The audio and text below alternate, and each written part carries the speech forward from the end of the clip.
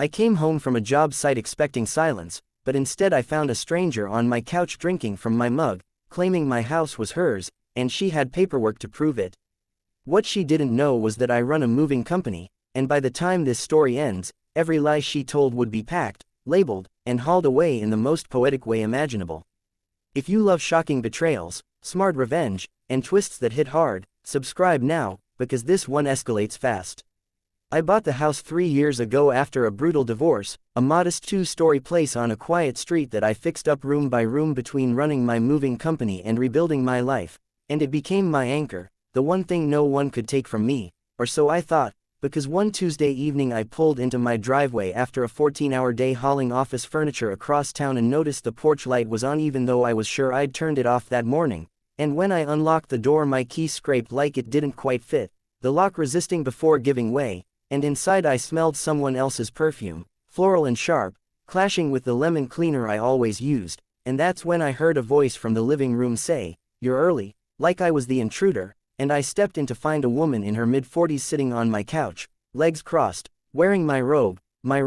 with her shoes kicked off by the coffee table I'd sanded myself, and she looked at me over the rim of my mug and asked who I was, and I laughed because I thought it had to be some elaborate mistake or prank, but she didn't laugh back. She stood and told me firmly that this was her house now and I needed to leave, and when I asked her name she said Karen without irony, like the universe had decided to lean into the joke, and she waved a stack of papers she claimed proved she'd legally moved in while I was away, and that word hit me wrong because I hadn't been away, I'd been working, living, paying bills, but she insisted she'd purchased the property through a private sale, cash, and that the locks had been changed earlier that day, which explained the resistance. And when I tried to argue she threatened to call the police on me for trespassing, and the absurdity of it all froze me in place just long enough for her to dial. But here's the thing about running a moving company. You learn logistics, you learn patience, and you learn that possession is temporary if you know how to move fast and smart. So when the officers arrived and Karen turned on the tears, presenting her papers and painting me as a deranged ex-owner who couldn't let go, I stayed calm and let them do their job, because I knew paperwork could lie but timelines couldn't. And when the officers told me this was a civil matter and suggested I stay elsewhere for the night while it was sorted out, Karen smiled like she'd already won, so I left, but not defeated, because I went straight to my office, pulled up the property records, and saw immediately what she'd done, a forged quitclaim deed filed just days earlier using an LLC name eerily similar to mine, a trick sloppy enough that it would unravel, but not before causing damage, and instead of rushing to court the next morning like she expected, I made a different plan. A better one, because movers understand leverage, and leverage is about timing, so I waited 2 days, let her settle in, let her replace my photos with hers, let her invite friends over and brag about her new place, and on the 3rd morning I arrived with 3 trucks, 8 uniformed movers, and a perfectly legal court order that froze any further occupancy pending investigation, which meant everything inside that house had to be cataloged and removed for safekeeping, and Karen came out,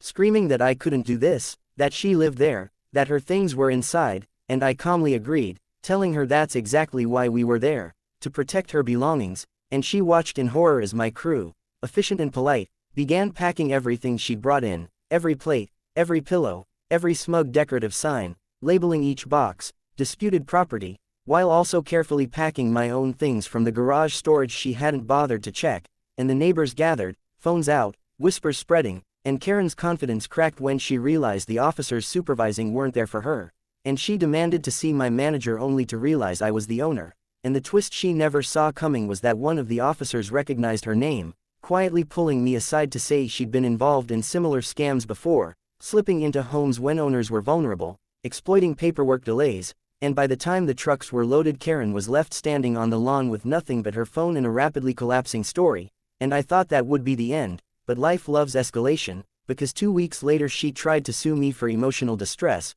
claiming I traumatized her by removing her from her home, and that's when the final twist landed, because during discovery her forged documents were traced back to a notary who'd already lost their license for fraud, and Karen wasn't just exposed, she was charged, and when the judge ruled fully in my favor, awarding damages for attempted theft and occupation, I used part of that money to renovate the house again, repainting the living room where she'd sat so confidently, replacing the couch she'd claimed, and installing cameras everywhere, and sometimes when I lock up at night I think about how close I came to losing everything simply by being tired and trusting that home was safe, but I also think about the strange satisfaction of watching someone who tried to steal stability get undone by logistics, by labels and boxes and procedures, because at the end of the day Karen didn't understand the one thing that mattered. You can't just move into someone else's life and expect it to stay yours, especially when the owner knows exactly how to move you out.